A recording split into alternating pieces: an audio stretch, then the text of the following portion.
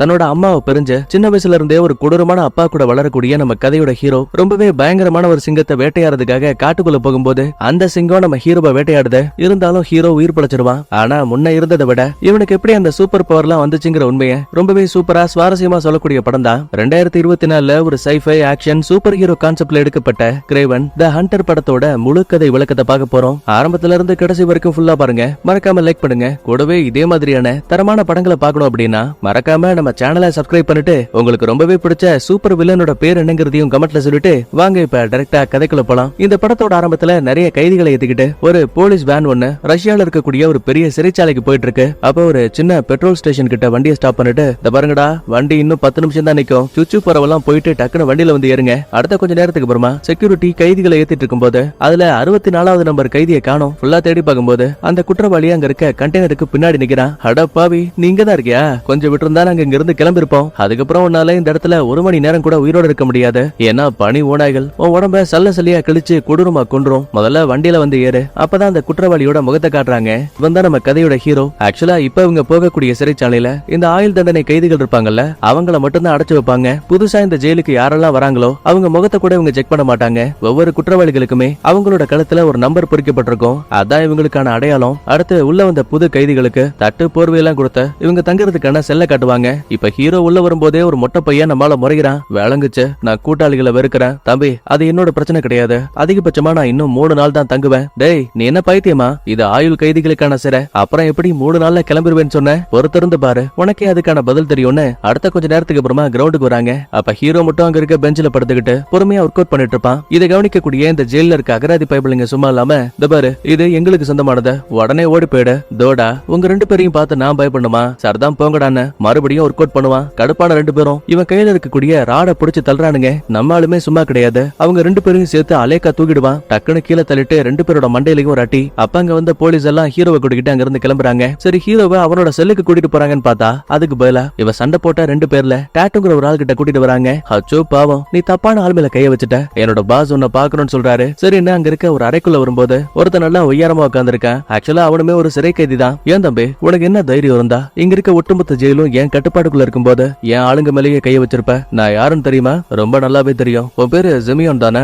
ஆள் கடத்தல், கொலை, கொள்ளை, போதைப் பொருள் விற்பனை, என்ன பத்தி இவ்வளவு தெரியுதுன்னா கண்டிப்பா நீயும் ஒரு சாதாரண ஆளா இருக்க மாட்ட. நீ யாரு? உடனே ஹீரோவும் பொறுமையா உட்கார்ந்து அங்க வைக்கப்பட்டிருக்க இறந்து போன புலியோட தலைய தடவி கொடுத்துட்டு இருக்கான். என்னோட எதிரிகள் செல்லமா ஹண்டர்னு சொல்லுவாங்க. இல்ல, நீ போய் சொல்ற. ஹண்டர்னு ஒருத்தன் கிடையவே கிடையாது. அது எல்லாம் வெறும் கட்டுக்கதை. சிரிச்சுக்கிட்டே நம்மால ஹண்டர்னு ஒருத்தர் இருக்கான். ஆனா கொடுமை என்ன தெரியுமா? என் பேரை தெரிஞ்சுக்க கூடிய யாருமே உயிரோட இருக்க மாட்டாங்கன்னு புலியோட வாயிலிருந்து பல்ல புடுங்கி அந்த அறைக்குள்ள இருக்க ஒவ்வொருத்தனையும் பாரபட்சம் இல்லாம குத்தி சாகடிக்கிறான். லாஸ்டா அந்த ஜிமியோன் கிட்ட வந்தவன், அச்சோ பாவம், லாஸ்டா நான் யாருங்கிற விஷயத்த உன்னால கூட உன் ஆளுங்க கிட்ட சொல்ல முடியாதுல்ல. நல்லபடியா நரகத்துக்கு போன புலியோட பல்ல வச்சு கழுத்துலயே மாங்குன்னு குத்தி அந்த ஜிமியோனை கொன்னுட்டான். வித்தியாசமான சவுண்ட் கேட்டு காவலுக்கு இருந்த போலீஸ்காரன் கதவை திறக்கும் போது நம்மால அவனையும் அடிச்சு கீழே தள்ளிட்டு குரங்க விட மோசமா சுவர்களுக்கு மேல ஏறான். அடுத்த நேரம் அந்த கட்டடங்களோட மேற்கூரைக்கு வந்தவன் ஒரு இடத்துல இருந்து இன்னொரு இடத்துக்கு கிட்டத்தட்ட 100 மீட்டர் கேப் இருக்கும். ஆனா அதை கூட இவன் ரொம்ப தாண்டிடுவான். சோ இதுல இருந்து ரொம்ப தெளிவா தெரியுது நம்மால் நார்மலான மனுஷன் கிடையாது, ஒரு சூப்பர் பவர் இருக்கக்கூடிய ஆளு. ஏற்கனவே காவலுக்கு இருக்க மத்தாளுங்க டவர்ல இருந்து துப்பாக்கி வச்சு ஓடக்கூடிய ஹீரோவை சுடுவாங்க. ஆனா ஒரு தோட்டா கூட இவன் மேல படல. கடைசியா அந்த டவருக்கு மேல ஏறி ஒரு ஜம்ப் அடிச்சு சிறைச்சாலையோட மிகப்பெரிய சுவர்களை கடந்து வெளியில ஓடி வந்துருவான். பின்னாடி போலீஸ்காரங்க துரத்தி வருவாங்க. ஆனா நேரத்துக்குன்னு ஒரு மிகப்பெரிய பனி புயல் வந்துட்டு இருக்கு. சோ உயிருக்கு பயந்து வந்த போலீஸ் எல்லாம் அங்க இருந்து கிளம்பிடுவாங்க. ஹீரோவுக்கு அந்த மாதிரி எந்த ஒரு பயமும் கிடையாது. நேரா அந்த புயலுக்குள்ள வந்ததுமே ஓநாய்கள்ல ஒண்ணு இவனை தாக்கலாமேன்னு கிட்ட வரும். ஆனா பதிலுக்கு நம்மால அதை பார்த்ததுமே இவனை எதுவும் பண்ணாம அமைதியா அந்த இடத்தை விட்டு ஓடி போயிடும். ஏன்னா ஹீரோவால ஒரு சில மிருகங்களை கூட கட்டுப்படுத்த முடியும். அதுக்கப்புறமா அந்த பனி புயலோட மறுபக்கத்துக்கு வரும்போது இங்க ஏற்கனவே லீங்கிற ஒருத்தை நம்ம ஹீரோவுக்காக பிளைட்டை நிறுத்தி வச்சிருப்பா. சோ இப்ப அதுல பாதுகாப்பா ஏறி நம்மால அந்த இடத்தை விட்டு கிளம்பிடுவான். இதுக்கடையில ரஷ்ய போலீஸ் எல்லாம் குற்றவாளிகளை கூட்டிட்டு போகும்போது ஒரு பெட்ரோல் ஸ்டேஷன்ல வண்டியை நிறுத்திருப்பாங்கல்ல. சோ அந்த இடத்தை யதார்த்தமா செக் பண்ணும்போது ஒரு ஆள் இறந்து போன நிலைமையில பணிகளுக்குள்ள மூடப்பட்டிருக்கான். கழுத்து பகுதியை செக் பண்ணதுமே போலீஸ்காரங்களுக்கு செம ஷாக்கு. ஏன்னா இவனோட கழுத்துலயுமே 64 டோக்கன் இருக்கு. அப்படின்னா இவன் தான் உண்மையான குற்றவாளி. கணக்கு போட்டு பார்க்கும்போது கண்டிப்பா ஜிமியோனை சாகடிச்சது கட்டுக்கதைகள்ல சொல்லப்பட்ட மாதிரியே ஹண்டர்ங்கிற விஷயத்த புரிஞ்சுக்கிறாங்க. இந்த இடத்துல அப்படியே டைட்டில போட்டு ஒரு சின்ன பிளாஷ்பேக்க சொல்ல ஆரம்பிக்கிறாங்க. ஹீரோவும் அவனோட தம்பி டெடியும் நியூயார்க்ல இருக்க ஒரு பெரிய பள்ளிக்கூடத்துல படிச்சிட்டு இருப்பாங்க. அப்ப இவங்கள வீட்டுக்கு கூட்டிட்டு போறதுக்காக நைனா வந்திருக்காரு. அப்பா என்னாச்சு? எங்களுக்கு எக்ஸாம் வேற இருக்கு. இந்த டைம்ல எங்க கூட்டிட்டு போறீங்க? அம்மாவுக்கு தெரிஞ்சா கோவப்படுவாங்க. ஏற்கனவே உங்க அம்மா இறந்துட்டா. மனநல காப்பகத்துல இருந்து கால் வந்துச்சு. அவ தற்கொலை பண்ணி இறந்து போயிட்டான்னு சொன்னாங்க. அப்பா இது எல்லாத்துக்கும் நீங்க தான் காரணம். அம்மாவை தனியா விட்டீங்கல்ல, அதனாலதான் அவங்க இறந்து போனாங்க. முட்டாள் மாதிரி யோசிக்காதீங்க. நான் ஒரு வேட்டைக்காரன். எப்பவும் எப்பவும் மரணத்தை பார்த்து நான் பயப்பட மாட்டேன், அதே மாதிரி எப்பவும் என் கூட இருக்க ஆளுங்களும் அதை பார்த்து பயப்படக்கூடாது. ஆனா அவங்க அம்மா ஒரு பயந்தாங்குழி, தேவையில்லாம எதுவும் பேச வேணாம். இப்ப அம்மாவோட இறுதி சடங்குக்கு போறோமா, சாச்சா அவளோட முகத்தை நீங்க பாத்தீங்கன்னா கண்டிப்பா அவளுக்குள்ள இருக்க அதே கோழைத்தனம் தான் உனக்குள்ளயும் வரும். அதனால உங்களுக்குள்ள இருக்க பயத்தை போக்குறதுக்காக சிங்கத்தை வேட்டையாட கூட்டிட்டு போறேன்னு நேரா இப்ப டான்சானியாவுக்கு பிளைட் ஏறாங்க. அடுத்த இதே டைம்ல டான்சானியால இருக்கக்கூடிய நம்ம கதையோட ஹீரோனை காட்டுறாங்க. இவரோட பேரு டீனா. இவ ஒரு சில கார்ட்ஸை வச்சு விளையாடும் போது கரெக்டா பாட்டி அம்மா உள்ள வராங்க. இந்த பாரு வக்கீலானவன் அம்மா அப்பா அங்க வந்தாங்க, கண்டிப்பா பெரிய பஞ்சாயத்தா போடும், முதல்ல அந்த கார்ட்ஸ் என்கிட்ட கொடு. பாட்டி இதெல்லாம் ரொம்ப சூப்பரா இருக்கே, இதை வச்சு எதிர்காலத்தை பார்க்க முடியுமா? சரியான கைகள்ல இந்த கார்டு இருந்தா கண்டிப்பா நம்மளால பார்க்க முடியும். இதுல இருந்து ஒரு 3 கார்டை வெளியிடு. முதல் அட்டையில ஒரு பெண் பூசாரியோட படம் இருக்கு, இது உயர் பரம்பரை, அதாவது நம்மளோட குடும்பத்தை குறிக்குது. அடுத்து 2வது கார்டை பார்க்கும்போது ஒரு பயங்கரமான விபத்து நடக்க போகுதுன்னு போட்டிருக்கு. 3வது கார்டுல சிங்கமும் மனுஷனும் ஒன்னா இருக்க மாதிரி தெரியுது. ஆக்சுவலா இது ஒரு மாவீரனை குறிக்குது. இந்த பரிச்செல்லாம் வளர்ந்ததுக்கு அப்புறமா இந்த கார்ட்ஸ் எல்லாம் உங்ககிட்ட வரும். அப்புறம் பரம்பரையா நம்ம குடும்பம் பாதுகாக்கக்கூடிய இந்த மாய திரவமும் இனிமே உங்ககிட்ட தான் இருக்கும். பாட்டி இது என்ன பண்ணும்? ஒருத்தர் உடம்புக்குள்ள இருந்து கடைசியா உயிர் பிரியுதுன்னா கூட இந்த மந்திர பானத்தை குடிச்சா போதும், அவங்களுக்கு திரும்ப உயிரும் கிடைக்கும். இந்த பிரபஞ்சம் அவங்களுக்குன்னு ஒரு தனி பவரையும் கொடுக்கும்.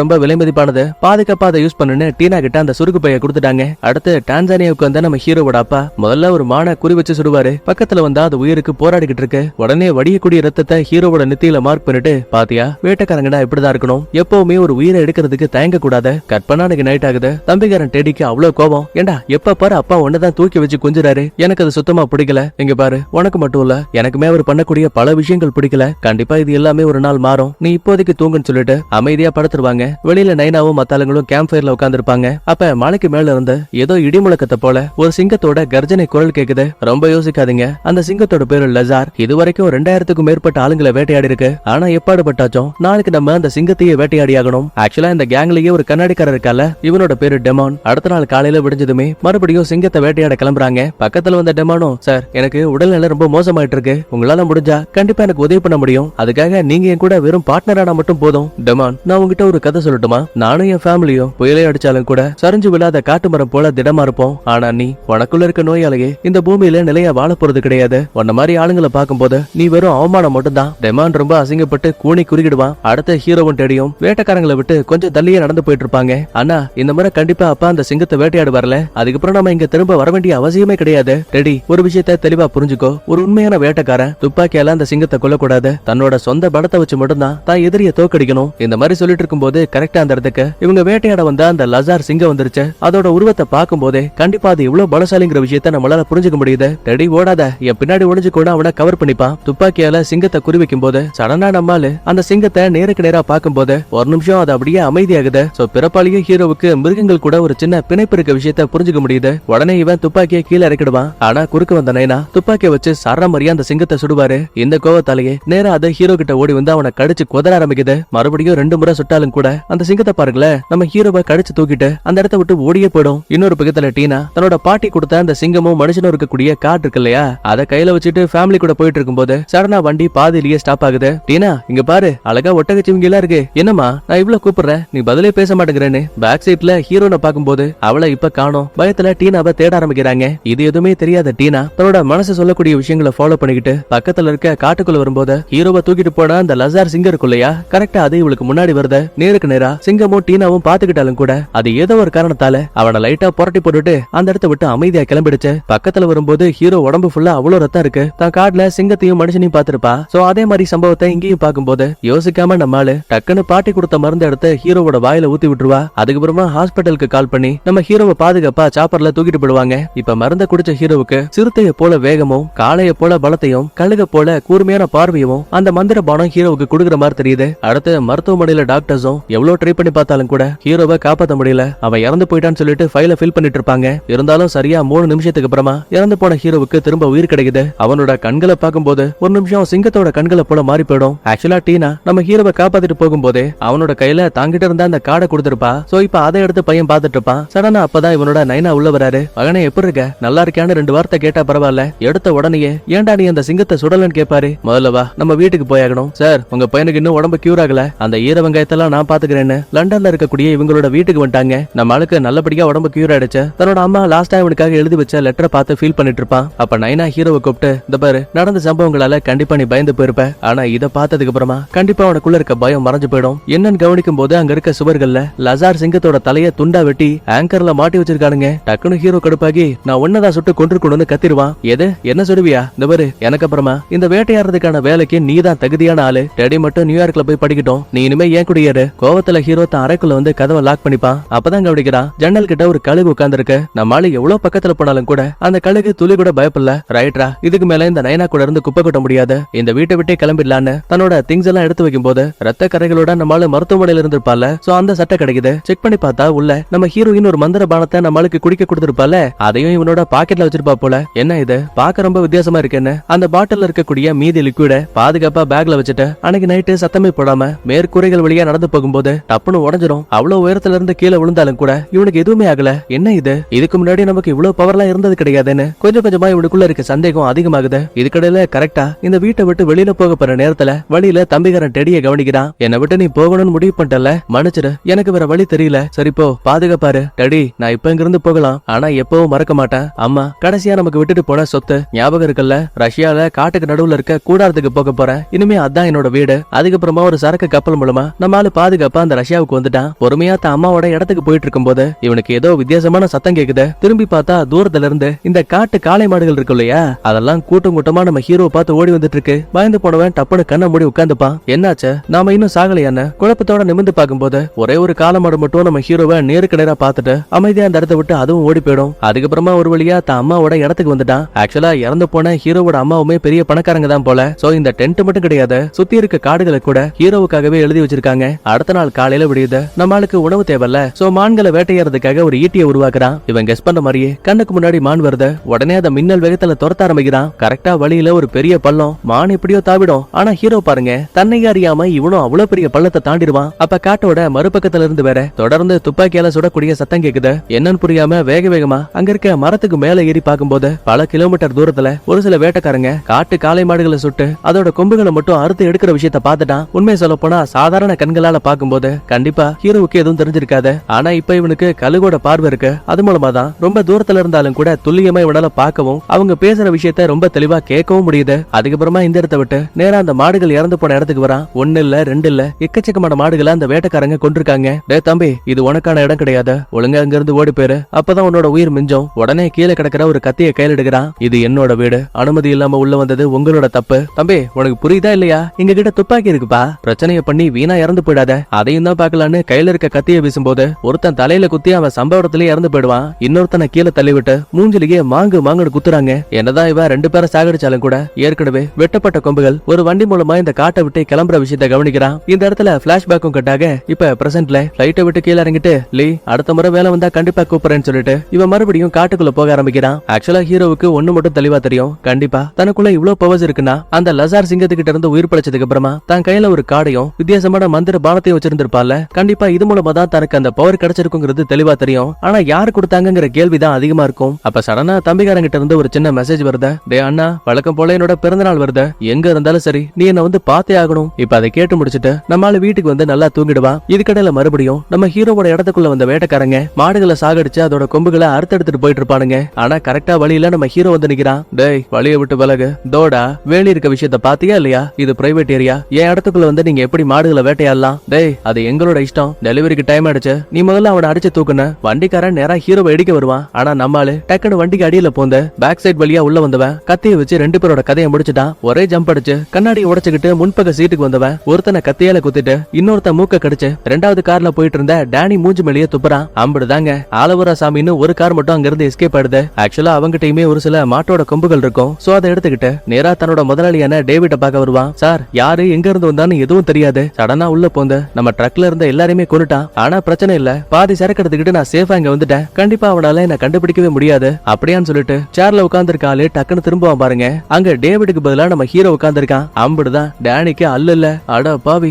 டேவிட் எங்க? அதுக்கான பதில் உன் காலுகிட்டே இருக்கு. என்னன்னு புரியாம குனிஞ்சு பார்த்தா டேவிட்டோட ரத்தம் தரையில ஊத்தி கிடக்கு. நான் இந்த இடத்த ஃபுல்லா தேடி பார்த்தேன். அப்பதான் என் கையில ஒரு புக் மாட்டுச்சு. என்னன்னு தெரியுதா, கடத்தல் வேலையை பார்க்கக்கூடிய ஒட்டுமொத்த ஆளுங்களோட லிஸ்ட்டுமே என்கிட்ட இருக்கு. தயவு செஞ்சு என்ன எதுவும் பண்ணாத. சாரிப்பா, அது மட்டும் என்னால முடியாது, ஏன்னா உன்னோட பேரும் இந்த புக்ல இருக்குன்னு. டேனியோட கதையை முடிச்சுட்டு ஹீரோ கிளம்புறான். பார்த்தா டேவிட் அங்க இருக்க கதவுல ஏதோ ஆங்கர்ல துணியை மாற்ற மாதிரி டேவிட்ட கதவுல தொங்க விட்டுருக்கான். அடுத்து ஹீரோயினான டீனாவை காட்டுறாங்க. இப்போதைக்கு நல்லா புள்ள வளர்ந்துட்டா. தான் பாட்டி இவளுக்காக கொடுத்துட்டு போன அந்த கார்ட்ஸ் எல்லாம் பாத்துட்டு இருக்கா. அப்ப சடனா ஒரு கால் வருது. மேடம், சமந்தான்னு சொல்லப்படக்கூடிய வழக்கறிஞர் குற்றவாளிகளால கொல்லப்பட்டிருக்காங்க. இது எல்லாத்துக்குமே காரணம் அப்புறம் கொலை கொள்ளை கடத்தல்னு மிகப்பெரிய குற்றங்கள்ல சம்பந்தப்பட்ட ஜிமியான்னு காவல்துறை சந்தேகப்படுறாங்க. ஆனா ஜிமியான் ஏற்கனவே ரஷ்யா சிறைக்குள்ள இருக்கான். அதாங்க படத்தோட ஆரம்பத்துல நம்ம ஹீரோ ஒரு மொட்டையனை கொண்டிருப்பால, அவனோட பேர் தான் ஜிமியான். இப்போ வரைக்கும் ரஷ்ய காவல்துறை இந்த ஜிமியான் சிறைக்குள்ள இறந்து போன விஷயத்த வெளியில சொல்லவே இல்ல. ஏன்னா அது மட்டும் தெரிய வந்தா கண்டிப்பா அது அவங்க அரசாங்கத்துக்கு மிகப்பெரிய அசிங்கமா இருக்கும். அதனாலேயே உண்மையை மறைச்சிட்டாங்க. அதுக்கப்புறமா இறந்து போன வழக்கறிஞர் சமந்தாவுக்கு இறுதி அஞ்சலி பண்றதுக்காக நம்ம ஹீரோனை போலவே நிறைய அட்வொகேட் எல்லாம் வந்திருப்பாங்க.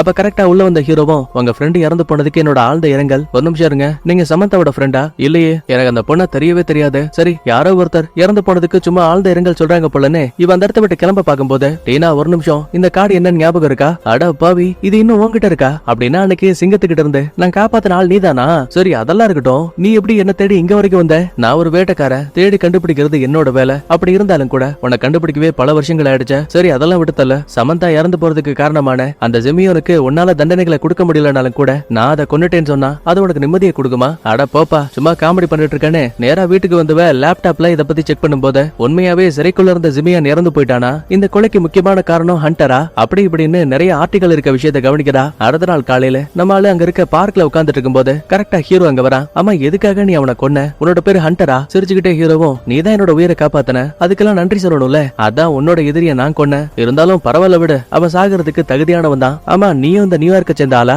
இல்ல, என்னோட வீடு ரஷ்யால இருக்கு. இங்க என்னோட தம்பி இருக்கான். ஆக்சுவலா நான் இங்க வந்தது உங்ககிட்ட ஒரு சின்ன உதவி கேட்கறதுக்காக. என்ன மாதிரியான உதவி? நான் லாஸ்டா டேவிட்ங்கிற ஒரு கடத்தல்காரனை கொல்லும் போது அவங்கிட்ட இருந்த புத்தகத்துல சட்டவிரோதமா பிசினஸ் பண்ணக்கூடிய ஒட்டுமொத்த குற்றவாளிகளோட பெயர்கள் இருக்க விஷயத்தை கண்டுபிடிச்சேன். நீ தான் அட்வொகேட் ஆச்சு, எனக்காக நீ அந்த குற்றவாளிகள் எங்க இருக்காங்கன்னு கண்டுபிடிக்கணும். இப்ப என்னையும் பஞ்சாயத்துக்குள்ள இழுக்க பாக்குற, எனக்கு கொஞ்சம் டைம் கூட, நான் யோசிச்சு சொல்றேன். கட் பண்ண அடுத்த நம்ம படத்தோட வில்லனான டெமானை காட்டுறாங்க. ஒரு சீன்ல ஹீரோவோட அப்பா கிட்ட ஒரு கண்ணாடிக்காரன் உதவி கேட்டிருப்பான்ல, அதே ஆள் தான் இவன். உடனே அல்லக்கை ஒருத்த உள்ள போந்து, தலைவரே, ரஷ்ய சிறைக்குள்ள இருந்த ஜிமியான் இப்ப இறந்து போயிட்டான். ஆக்சுவலா இந்த வேலையை பார்த்தது ஹண்டர்னு சொல்றாங்க. இதுக்கடையில சரியா 2 நாளைக்கு முன்னாடி நம்ம கடத்தல்கார கும்பல்ல இருந்த டேவிட் இறந்து போயிட்டான். பிரச்சனை என்னன்னா நம்ம கொள்ளைக்கார கும்பலோட ஒட்டுமொத்த லிஸ்ட்டுமே அவங்கிட்ட ஒரு பெரிய புக்கா இருந்துச்சு. இப்ப அந்த புக்கையே காணோம். கண்டிப்பா இது ஹண்டரோட வேலையா தான் இருக்கும். அப்படின்னா அந்த ஹண்டர் யாருங்கிற விஷயத்தை கண்டுபிடி. முக்கியமா அந்த ஜிமியான் இறந்து போனதால அவனோட 3 கூட்டாளிகளை நான் சந்திச்சாகணும். அதுக்கப்புறமா அந்த ஜிமியானோட 3 அல்லக்கை கூட மீட்டிங் போட வந்திருப்பான். இந்த பாருங்கப்பா, சுத்தி வளைக்காம நேரா விஷயத்துக்கு வரேன். உங்க முதலாளியான ஜிமியான் இறந்து போயிட்டான். சோ இதுக்கப்புறமா அவனோட கடத்தல் வேலை கணக்கு விளக்குன்னு ஒட்டுமொத்தமா நான் பாத்துக்க போறேன். வேணும்னா உங்கள யாராவது ஒருத்தர் என் கூட பார்ட்னரா இருக்கலாம். தோடா சோடாபட்டி வந்து காமெடி பண்ணிட்டு இருக்கான். அச்சச்சோ, ஆளை பார்த்து தப்பா இட போட்டியப்பா, கொஞ்சம் வெயிட் பண்ணு, என்னோட பவர் என்னங்கறத நான் உனக்கு காட்டுறேன்னு இவன் ஒரு பேக் மாட்டிருப்பான். அதுல இருக்கக்கூடிய ஹோஸ் டைரக்டா இவனோட இடுப்புல போய் கனெக்ட் ஆகுது. இப்ப அந்த ஹோஸ பிடுங்கி விட்டதுமே கொஞ்சம் கொஞ்சமா அவனோட உடம்பு ரொம்பவே வித்தியாசமா உருமாறுத. தம்பிங்களா, எனக்கு இன்னொரு செல்ல பேர் இருக்கு, அதான் ரைனோ. உடனே பயத்துல டெமான் அந்த 3 பேரும் சுடுவானுங்க. தொப்புன்னு அந்தால கீழே விழுந்துருவான். சரி, இறந்து போயிட்டான்னு பார்த்தா அதுக்கு பதிலா மறுபடியும் இறந்திருக்கிறாங்க. அட என்னப்பா பேசிட்டு இருக்கப்ப டக்குன்னு சுட்டுட்டீங்கன்னு இவன் சட்டையை கழட்டும் போது உடம்பு ஒரு அரக்கனை போல உருமாறி இருக்கும் இல்லையா? அதனால தோட்டாக்கள் இவன் உடம்ப தொலைக்கவே இல்லைங்க. நீ செய்யக்கூடாத வேலையை பார்த்துட்டேன்னு ஹோஸ் எடுத்து திரும்ப இடுப்புல லாக் பண்ணிப்பான். அடுத்த நிமிஷமே மறைஞ்சிருந்த ஸ்னைப்பர்ஸ் எல்லாம் ரவுடி பசங்க கூட இருந்த ஒட்டுமொத்த அல்லக்கைகளையும் கொண்டுட்டு 2 பேரை மட்டும் மிச்சம் வச்சிருக்கானுங்க. நான் ஏற்கனவே சொன்ன மாதிரி உங்கள ஒருத்தர் என்னோட கூட்டாளி ஆகலாம். உயிர் மேல இருக்க பயத்தால குடும்பிக்காரன் கூட இருந்த கூட்டாளியவே கொண்டுட்டான். சூப்பர்ப்பா, இனிமே நீதான் என்னோட கூட்டாளி, உனக்கு ஒரு முக்கியமான வேலை இருக்குன்னு சொல்லிட்டு எங்க இருந்து நேரா ஹீரோவோட நைனாவை பார்க்க அனுப்பி வைக்கிறான். டே தாடிக்காரா, எப்படி இருக்க? பாத்தியா, பாட்டு பாடுறது என்னோட சின்ன பையன் டெடி. சரி, அதெல்லாம் இருக்கட்டும். அந்த ஜிமியான் இறந்து போனதுக்கு அப்புறமா இப்ப ஒட்டுமொத்த பிசினஸும் யாரோட கட்டுப்பாட்டுக்குள்ள இருக்கு? உங்களுக்கு என்ன உதவி தேவைப்பட்டாலும் சரி, அதை நான் கொடுக்க தயாரா இருக்கேன். தாடிக்காரன் பதிலே பேசாம பேந்த முழிக்கும் போது நைனாவுக்கு டவுட் புரிஞ்சு போச்சு. அப்படின்னா நீ வரும்போதே ஆல்ரெடி பிசினஸ் பேசி முடிச்சுட்ட. யார் அந்த ஆளுன்னு கேட்கும் போது சர்வர்ல ஒருத்தன் கையில துப்பாக்கியோட நைனாவோட கதையை முடிக்க பாப்பான். ஆனா இந்த மனுஷனும் சும்மா கிடையாது. தாடிக்காரன் பின்னாடி ஒளிஞ்சுப்பாரு. சோ தோட்டா பட்டு இவன் காலி ஆயிடுவான். பாருக்கு வந்த இன்னொருத்தன் வேற துப்பாக்கி எடுக்கும் போது தாங்கிட்ட இருக்க கத்திய வீசி அவனோட கதையும் முடிச்சுட்டாரு.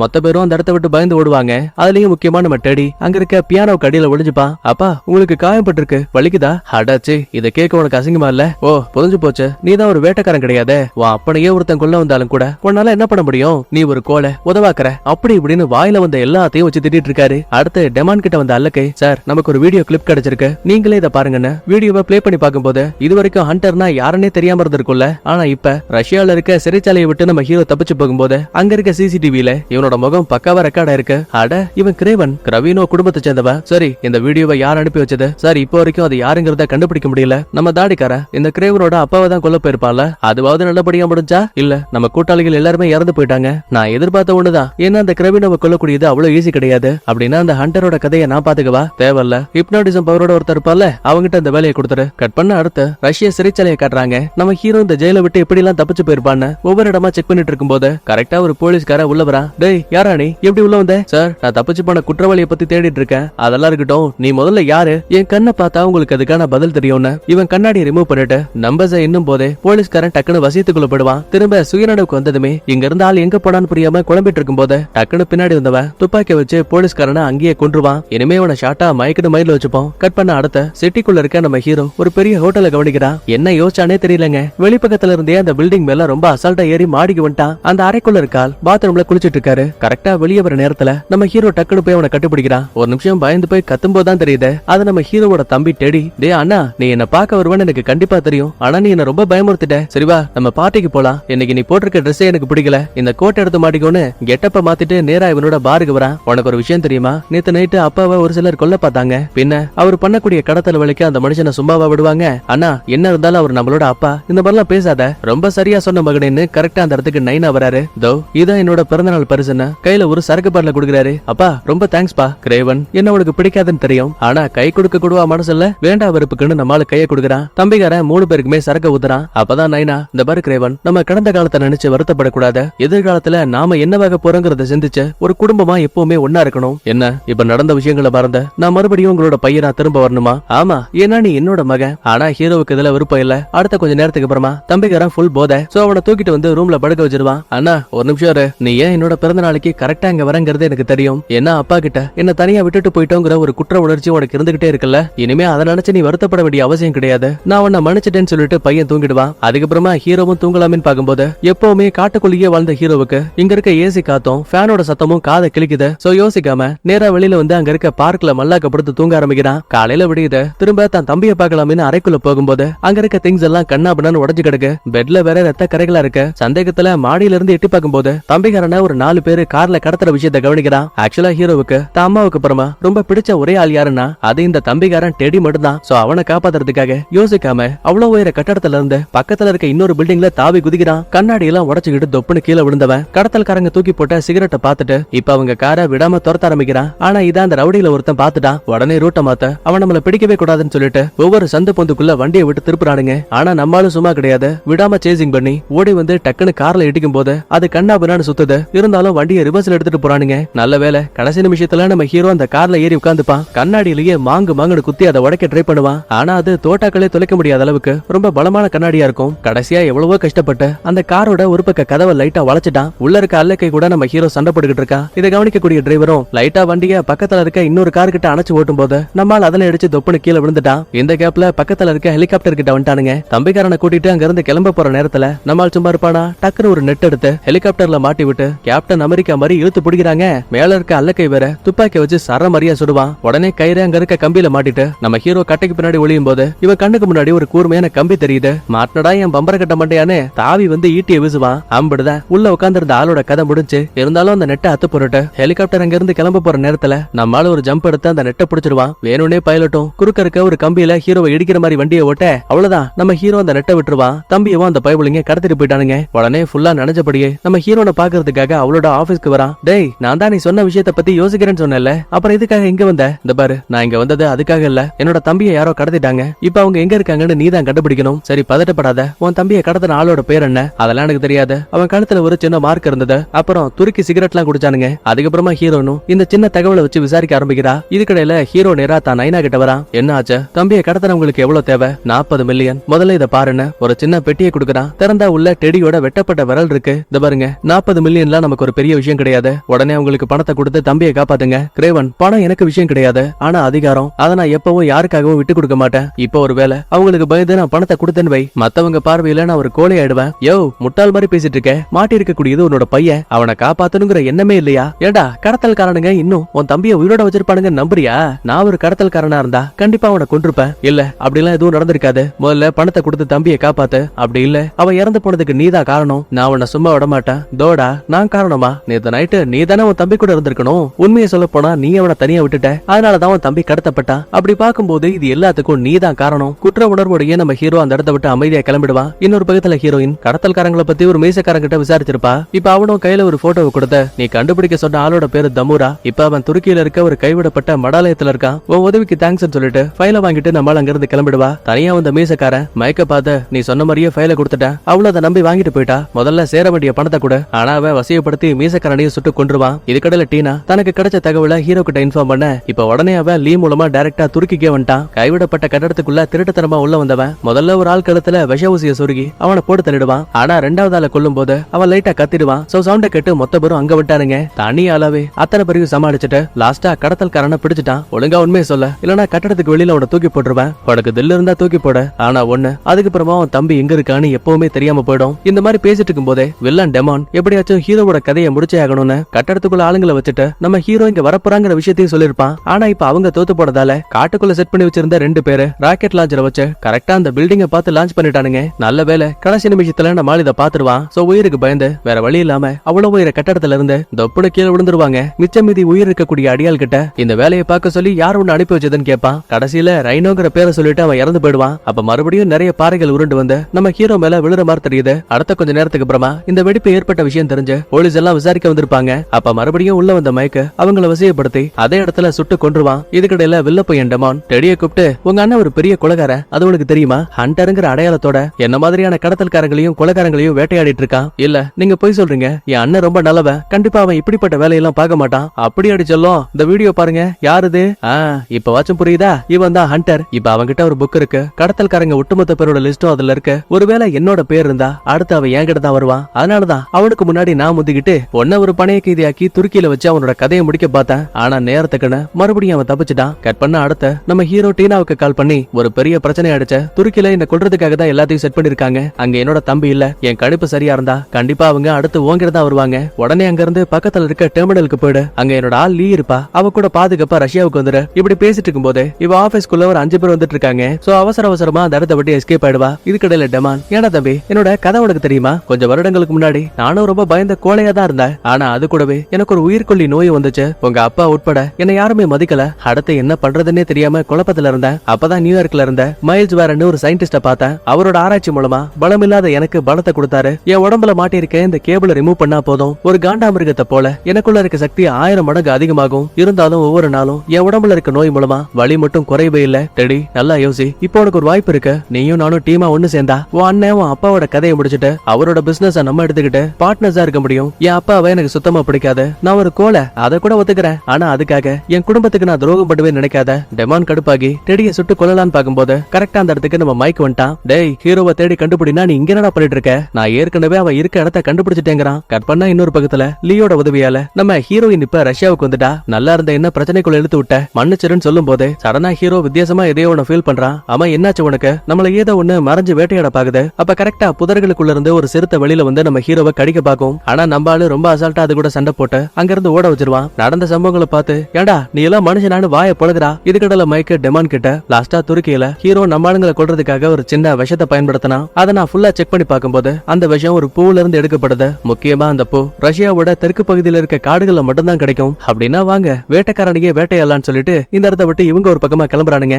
இதுக்கடையில ஹீரோ தாங்கிட்ட இருக்க மந்திர மருந்தோட பாட்டில காட்டி, ஆமா நீ கொடுத்த இந்த பாட்டிலுக்குள்ள ஏதோ லிக்விட் இருக்கு, அது என்ன? பல விஷயங்களா நானும் ஆராய்ச்சி பண்ணிட்டு இருக்கேன், என்னால அது என்னன்னு கண்டுபிடிக்கவே முடியல. ஓ இதுவா? என் பாட்டி என்கிட்ட கொடுத்தாங்க, ஏதோ பரம்பரை சொத்தான். அப்படின்னா இதே மாதிரியே நிறைய இருக்கா? எனக்கு தெரியல. முக்கியமா என் பாட்டிகிட்டயும் கேட்க முடியாது, ஏன்னா அவங்க சில வருடங்களுக்கு முன்னாடியே இறந்து போயிட்டாங்க. அடுத்து வில்லனோட ஆளுங்க கார்ல வந்துட்டு இருப்பாங்க. அப்ப டெமான் ஏதோ ஒரு வித்தியாசமான துப்பாக்கி வச்சிருக்கான். அம்மா இது என்ன? ஹீரோ நம்ம ஆளுங்களுக்கு விஷ ஊசியை பயன்படுத்தினால அதோட சேர்த்து இல்லூஷன்ஸ் வரக்கூடிய மருந்துகளை கலந்திருக்க. முதல் ஒரு நிமிஷத்துக்கு அவன் பயப்படக்கூடிய விஷயங்களை பாப்பான். அடுத்த சில நிமிடங்கள்லயே ஹீரோவோட உடல் உறுப்புகள் செயலிழந்து போயிடும். அதுக்கப்புறமா வில்ல ஹீரோவுக்கு கால் பண்ணி, உன் தம்பி உன் மேல இருக்க பாசத்தாலேயே உன் நம்பரை கொடுத்துட்டான்பா. சரி நான் சுத்தி வளைக்காம நேரா விஷயத்துக்கு வரேன். இந்த பாரு, உன்ன மாதிரி ஒரு திறமையான ஆளை நான் கொல்றதுக்கு விரும்பல. நீ மட்டும் சரின்னு சம்மதிச்சா நீ நான் உன் தம்பின்னு 3 பேரும் ஒரு பெரிய டீமா ஒண்ணு சேர்ந்து நமக்குன்னு ஒரு சாம்ராஜ்யத்தை உருவாக்க முடியும். ஆனா நம்ம ஆளு பதிலே பேசல, டக்குனு காலை கட் பண்ணிடுவான். இப்ப வில்ல தான் தம்பியை கூட்டிட்டு இங்கதான் வந்துட்டு இருக்காங்கிற விஷயம் தெரிஞ்சு வீட்டுல இருக்க ஒரு சின்ன பட்டனை பிடிச்சு அழுத்துவான் பாருங்க. எக்கச்சக்கமான ஆயுதங்கள் வெளியில வந்துட்டு இருக்கு. காட்டுக்குள்ள வரக்கூடிய ஒவ்வொருத்தனையுமே நம்ம ஆளு அவங்க ஆயுதங்களை வச்சே போட்டு தள்ளிட்டு இருக்கான். இத பார்த்து கடுப்பான வில்ல வரும்போதே ஹெலிகாப்டர் கொண்டு வந்திருப்பான் போல. சோ வானத்துல பறந்தபடியே நம்ம ஹீரோ இருக்கக்கூடிய இடத்துல நெருப்பு குண்டுகளை போடுறானுங்க. ஒட்டுமொத்த காடே எரிய ஆரம்பிக்குது. அப்ப ஹீரோ பயந்து ஓடும் போது மறைஞ்சிருந்த மைக்க டக்குனு இவன் இடுப்புல ஒரு ஊசி இறக்கிட்டான். இது மூலமா முதல்ல எக்கச்சக்கமான சிலந்தி பூச்சிகள் இவன் உடம்புல ஏற மாதிரி ஃபீல் ஆகுது. ஆனா உடம்ப விட்டு ஊசியை பிடுங்கினதுமே அந்த இல்யூஷன் எல்லாம் மறைஞ்சு போயிடுது. அப்பதான் மைக்க முன்னாடி வரா. என்னப்பா தலையே சுத்துதா? கொஞ்ச நேரத்துக்கு அப்படிதான் இருக்கும், அதுக்கப்புறமா உனக்கு மூச்சு விட முடியாது, அப்படியே சுருண்டு விழுந்து இறந்து போயிடுவேன். கோவத்துல ஹீரோ ஒவ்வொரு முறையுமே அந்த மைக்க அடிக்க பக்கத்துல போவான். ஆனா அவன் ஒவ்வொரு முறையுமே டக்குனு மறைஞ்சு போயிடுவான். ஏன்னா ஹீரோவுக்கு ஊசி குத்தப்பட்டதால எது உண்மையான உருவம் எது பொய்யான உருவம் நடக்கும்னு எதுவுமே இவனுக்கு தெரிய மாட்டேங்குது. அடி நடிச்சு மயங்க விழுந்த ஹீரோவுக்கு முன்னாடி துப்பாக்கி நீட்டுவான். அப்ப அங்க வந்து அல்லக்கைகளை பார்த்த கிரேவனோட கதை முடிஞ்சுன்னு பாஸ் கிட்ட சொல்லிடு. இப்ப அல்லக்கைகள் அங்க இருந்து போனதுமே டக்குன்னு ஒரு அம்பு பறந்து வந்து இந்த மைக்கோட கண்ணிலேயே குத்தி பையன் ஸ்பாட் அவுட் ஆயிட்டான். என்னடான்னு பார்த்தா நம்ம ஹீரோயின் இருக்கால, இவளுக்கு வில்வத்தை எல்லாம் தெரியும் போல. சோ அதை வச்சுதான் நம்ம ஹீரோவோட உயிரை காப்பாத்திருக்கா. விஷம் உடம்புல இருக்கதால கொஞ்சம் கொஞ்சமா ஹீரோ இறந்துகிட்டு இருக்கான். நல்ல வேலை இவங்கிட்ட தான் அந்த மந்திர மருந்து பாட்டில் இருக்கும்ல. சோ அதை எடுத்து மறுபடியும் ஹீரோவோட வாயில ஊத்தி விட அவ்வளவுதான், பையன் பொழைச்சிட்டான். இதுக்கிடையில நேரா வில்லங்கிட்ட வந்த அல்லக்கை, தலைவரே மைக்கு ஹீரோவோட கதையை முடிச்சிட்டு தனியா வரேன்னு சொன்னா. தம்பி டெடி கேடுச்சா, உங்க அண்ணன் இறந்து போயிட்டான், வா நம்ம வீட்டுக்கு போலான்னு சொல்லிட்டு மொத்த பேருமே கார் எடுத்துட்டு கிளம்பும் போது வில்ல அப்பதான் ஒரு விஷயத்தை கவனிக்கிறான். இவங்க வண்டியோட பக்கவாட்டுல ஏதோ ஒண்ணு ஓடி வர மாதிரி தெரியுது. உத்து கவனிக்கிறப்பதான் செம ஷாக்கு. ஏன்னா அது எல்லாமே காட்டு மாடுகள். கண்ணா பின்னாடி இவங்க வண்டியவே புரட்டி விட்டுரும். ஆனா வில்ல தனக்கு எதுவுமே ஆகக்கூடாதுன்னு சொல்லிட்டு இடுப்புல இருக்க அந்த ஹோஸ புடுங்கி விட்டான். இப்பதான் இவனோட முழுமையான உருவத்தையே காட்டுறாங்க. பையன் பாக்குறதுக்கு அவ்வளவு விகாரமா இருக்கான். கார் கதவையெல்லாம் உடைச்சிட்டு வெளியில வந்தவன், டே கிரேவன் நீ இன்னும் சாகலையா, இன்னைக்கு என் கையில தான் உனக்கு சாவுன்னு சொல்லிட்டு ரெண்டு பேருக்கு இடையில பயங்கரமா சண்டை போயிட்டு இருக்கு. நம்மால எத்தனை முறை கத்திய வச்சு குத்துனாலுமே அந்த டெமானுக்கு எதுவும் ஆக மாட்டேங்குது. ஓடி வந்து ஒரே உத டெமான் பறந்து போய் ட்ரக்குக்கு முன்னாடி விழுந்துருவான். உடனே கோவத்துல அவ்வளவு பெரிய ட்ரக்கையே கொம்ப வச்சு குத்தி அலைக்கா தூக்கி புரட்டிட்டாங்க. அது மட்டும் கிடையாது, அந்த ட்ரக்கையே அலைக்கா தூக்கி நம்ம ஹீரோ மேல போட பாப்பான். எப்படியோ தப்பிச்சவன், வாடா இன்னைக்கு நீயா நானா பாக்கலான்னு சொல்லிட்டு மாங்குன்னு எவ்வளவுதான் சண்டை போட்டாலும் கூட டெமான் உடம்புல ஒரு சின்ன கீரலை கூட நம்ம ஹீரோவால போட முடியல. லாஸ்டா கழுத்தோட புடிச்சு இவனை கொல்ல போற நேரத்துல அப்பதான் நம்மால் கவனிக்கிறான், டெமான் இடுப்புல பிளக்க சொருகிறதுக்காக ஒரு சின்ன ஓட்டையை வச்சிருப்பான்ல. சோ அதுல வேணும்னு ஒரு கூர்மையான கம்பி எடுத்து குத்த இந்த முறை அது ஒரு பெரிய காயத்தை ஏற்படுத்துது. உடனே இதான் சாக்கன, கார்ல ஒரு சின்ன ரோப் இருக்கும். அதோட ஒரு பக்க முனைய டெமான் உடம்போட சுத்தி மறுபக்க முனைய அங்க இருக்க காலமாட்டோட கொம்புல மாட்டி விட்டான். அவ்வளவுதாங்க, கண்ணா பின்னான்னு அந்த மாடுகள் கிட்ட மாட்டி உதவாங்கினவன் கொஞ்சம் கொஞ்சமா அவனோட பவர்ஸை இழந்து சாகர நிலைமைக்கு போயிடுவான். அப்பதான் பக்கத்துல வந்த ஹீரோ உண்மையை சொல்ல, உன்னை யார் அனுப்பி வச்சா? அவன் ஒரு ஆளோட பேரை சொல்றான். ஆனா அது யாரு என்னங்கறத தெளிவா காட்டல. இந்த இடத்துல அப்படியே டெமான் இறந்து போக தம்பியை காப்பாத்திட்டு ஹீரோ அந்த இடத்த விட்டு கிளம்பிடுவான். கட் பண்ண அடுத்து தூக்கத்தை விட்டு நம்ம ஹீரோவோட நைனா ஒரு கூடாரத்துக்குள்ள இருந்து கண்ண முழிக்கிறாரு. வெளியில ஏற்கனவே நம்ம ஹீரோ உட்கார்ந்திருக்கான். டேய் நான் இருக்கிறத நீ எப்படி கண்டுபிடிச்ச?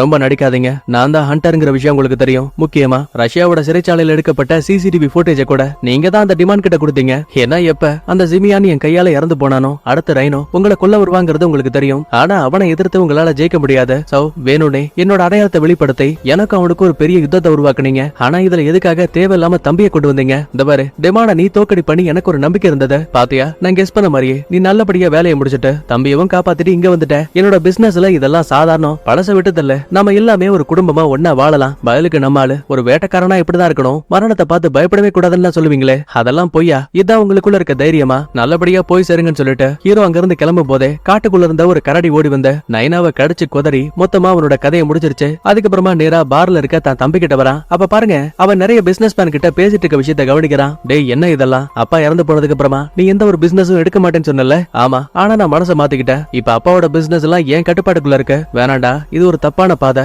தோடா சரி தப்பு என்னங்கிற விஷயத்த நீ எனக்கு சொல்லி கொடுக்குறியா? ஆரம்பத்துல நான் ஒரு கோழையா இருந்தேன், அதனாலயே அப்பா உன்னை தலைக்கு மேல தூக்கி வச்சு கொண்டாடினாரு. சரி அதை கூட விட்டுதல்ல, அப்பா எப்படி இறந்து போனாரு? வேட்டைக்காக போகும்போது கரடி தாக்கினதாலயா? இந்த கதையை வெளியில இருக்க மத்தாளுங்க நம்புவாங்க, ஆனா நான் நம்ப மாட்டேன். இனிமே நான் யாரை பார்த்தும் பயப்பட மாட்டேன். ஏன்னா இப்ப முன்ன விட எனக்குள்ள பலம் அதிகமா இருக்கு. நியூயார்க்ல மைல்ஸ் வேரன்னு ஒரு சயின்டிஸ்ட பார்த்தேன். யார சொல்றான்னு தெரியுதா? இறந்து போன டெமானுக்கு அதிகப்படியான பவரை கொடுத்திருப்பார்ல, அதே சயின்டிஸ்ட தான் இந்த பைபிள்ல போய் பார்த்துட்டு வந்திருக்கான். இனிமே நான் தொல்லை பண்ணாதன்னு சொல்லிட்டு இவன் அங்க இருந்து நடந்து போகும்போது, டெடி ஒரு நிமிஷம் இல்ல, நான் அவங்கிட்ட பேசி ஆகணும்னு இவன் டக்குன்னு அவனை பிடிச்சு திருப்பும் போது தாடிக்கார உருவத்துக்கு மாறுறாங்க. பாத்தியா, இதான் எனக்கு கிடைச்சிருக்க புது சக்திகள். இதுக்கப்புறம் இன்னும் யாராலையும் கட்டுப்படுத்த முடியாதுன்னு சொல்லிட்டு இவன் ஒரு பக்கத்துல கிளம்பிடுவான். தான் அம்மாவுக்கு அப்புறமா தனக்கு பிடிச்ச ஒரே ஒரு ஆளா இருந்த தம்பி இப்ப அவனும் தப்பான பாதையை செலக்ட் பண்ணிட்டான்னு சோகத்தோட இவன் நேரா தங்களோட பழைய வீட்டுக்கு வரான். அங்க அப்பா எப்பெல்லாம் வேட்டைக்கு போறாரோ அப்பெல்லாம் பயன்படுத்தக்கூடிய ஒரு ஜாக்கெட் இருக்கு. உடனே அதை எடுத்து நம்மால் மாட்டிக்கிட்டு ரொம்பவே கெத்தா தெனாவட்டா அங்க இருக்க சோஃபால உட்காருவான். அப்படின்னா ஹீரோ ஏற்கனவே தாங்கிட்டு இருக்க கடத்தல்காரங்களோட பட்டியல்ல தான் தம்பியோட பேரையும் சேர்க்க போற மாதிரி இன்டைரக்டா சொல்லி அப்படியே அந்த இடத்துல சூப்பரா படத்தையும் முடிக்கிறாங்க. சரி ஓகே, அடுத்த வீடியோல பார்க்கலாமா? பாய், தேங்க்யூ.